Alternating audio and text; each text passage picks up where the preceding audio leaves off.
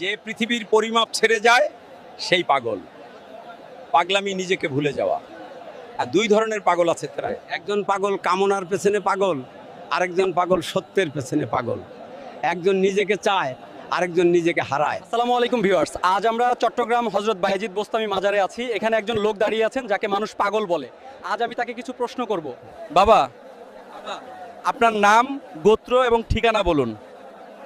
আমার নাম শাহ কবির পাগল, গোত্র সেজরায় গাউসিয়া, সিলসিলায় কাদরিয়া, ঠিকানা পথে ঘাটে বাবা। বাবা, কাকে আসলে পাগল বলা হয়, পাগলামি কি এবং কত প্রকার পাগল আছে? যে পৃথিবীর পরিমাপ ছেড়ে যায় সেই পাগল। পাগলামি নিজেকে ভুলে যাওয়া। আর দুই ধরনের পাগল আছে তারা। একজন পাগল কামনার পেছনে পাগল, আরেকজন পাগল সত্যের পেছনে পাগল। একজন নিজেকে চায়, আরেকজন নিজেকে হারায়। সত্যের পাগল নিজেকে বিলীন করে দেয় সত্তায়। সে পৃথিবীর ঊর্ধ্বে দেখে, তার হৃদয় নির্লিপ্ত, তবুও ভালোবাসায় পূর্ণ। বাবা, আমরা সত্যিকারের পাগলের কথা কিছুদিন ধরে জেনেছি, কিন্তু এখন আমরা বুঝতে চাই ভণ্ড পাগলের লক্ষণ কি, যে শুধু ভান করে আর মানুষকে ভুল পথে চালিত করে।